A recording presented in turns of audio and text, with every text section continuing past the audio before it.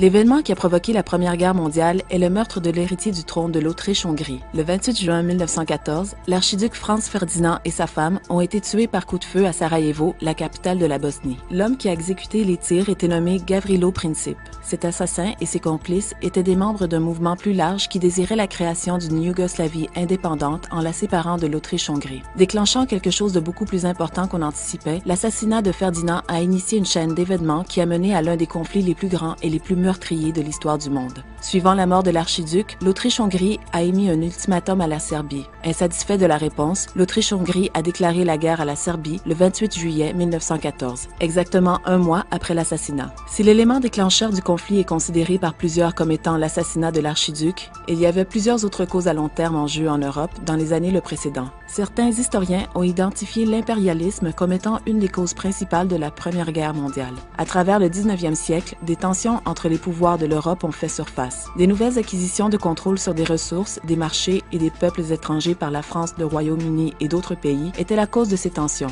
Pendant ce temps, les ressources naturelles de l'Europe étaient en baisse, ceci a causé certains pays à se chercher du nouveau territoire. Les décennies avant la guerre ont vu des rivalités et des alliances s'établir. Rendu en 1914, un mélange complexe de traités définissait ultimement ce qui deviendrait les différents camps de la Première Guerre mondiale. Après la déclaration de guerre à la Serbie, ce réseau d'alliances est rapidement venu en jeu. La majorité de l'Europe, ainsi que certains autres pouvoirs, sont devenus impliqués dans la Première Guerre mondiale. La France ignore en ce mois d'août 1914 que la défense du sol national exigera 4 longues années, qu'elle y perdra près d'1,5 million de ses enfants et que jamais elle ne recouvrera sa puissance d'antan. La guerre devait être courte. En septembre, le choc des armées sur la Marne prouve le contraire. Sous les ordres de Joffre, l'armée française, d'abord repoussée, remportera la victoire. La guerre ne sera ni fraîche ni joyeuse. Dans l'hiver 1914, les troupes s'enterrent et se fixent. La guerre en rase campagne fait place à celle des tranchées. Mai, septembre 1915. Vaine tentative française de percer en Champagne et en Artois. Et puis en 1915, on a calculé qu'il y a sur 365 jours, 100 jours d'offensive. C'est-à-dire, pendant l'offensive, on sort des tranchées pour aller dans les tranchées voisines, c'est-à-dire au combat, se faire tuer. C'est un massacre épouvantable cette année-là. Il y a 350 000 morts français. Et c'est pas dans les tranchées qu'ils sont tués. C'est dans les champs de barbelés, c'est dans les trous d'obus du champ de bataille. Février-décembre 1916. Bataille de Verdun. Sommet de la folie meurtrière.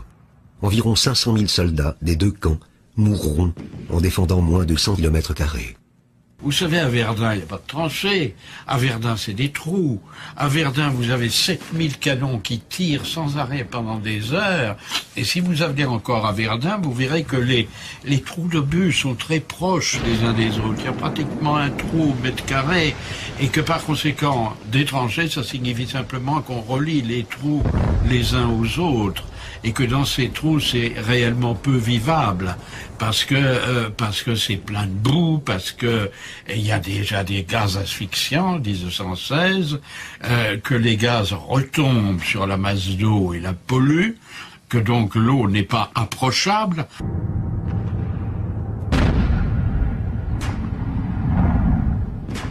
Juillet-octobre de cette même année 1916. L'offensive alliée sur la Somme se solde par un échec. Bataille quasi immobile, où la défensive prime l'offensive et où tomberont près de 500 000 soldats anglais. 1917, année trouble. Le général Nivelle remplace Joffre. Il organise une grande offensive, la percée que l'état-major voudrait décisive. Le plan échoue et sème colère et désespoir chez les poilus exténués. C'est l'offensive du chemin des dames qui, en 2 jours, va faire 100 000 pertes. Pour rien. Eh bien, c'est sur ce même terrain d'opération que 15 jours plus tard, on prétend envoyer des renforts pour le même genre d'assaut.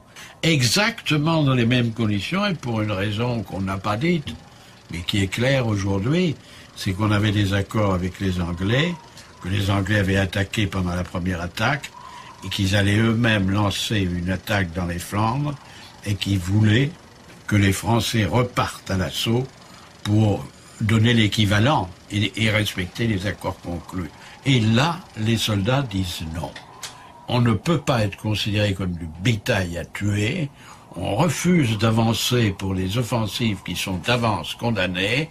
On veut être traité comme des citoyens soldats et non pas comme de la chair à canon. Et là se développent les mutineries. Pétain, le glorieux vainqueur de Verdun, succède à Nivelles. Il reprend en main l'armée française et arrête les offensives inutiles.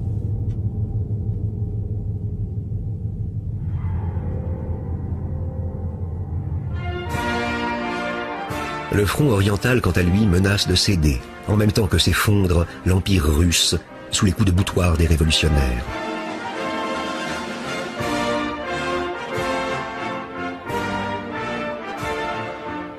En mars, le tsar doit abdiquer. En novembre, les bolcheviks prennent le pouvoir.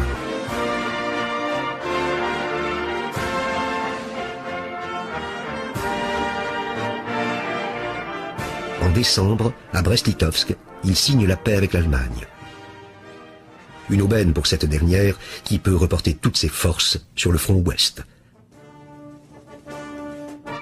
Entre-temps, sous l'impulsion du président Wilson, les États-Unis sont entrés en guerre.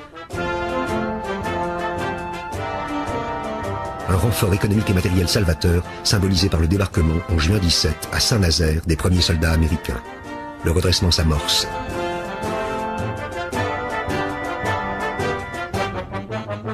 Le 16 novembre, le président Poincaré nomme Clémenceau à la tête du gouvernement français. Le 14 avril 1918, un commandement unique interallié est confié à Foch.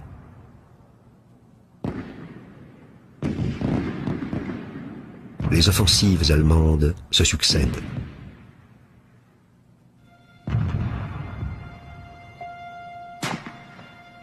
De juillet à septembre, Foch mène la contre-offensive en Champagne, en Picardie, de la Meuse à la mer. Il force les Allemands à reculer sur Gand, Mons et Sedan. Une dernière offensive générale des Alliés, l'abdication du Kaiser, la fin des combats se profile enfin. Le 11 novembre 1918, l'armistice est signé à Rotonde.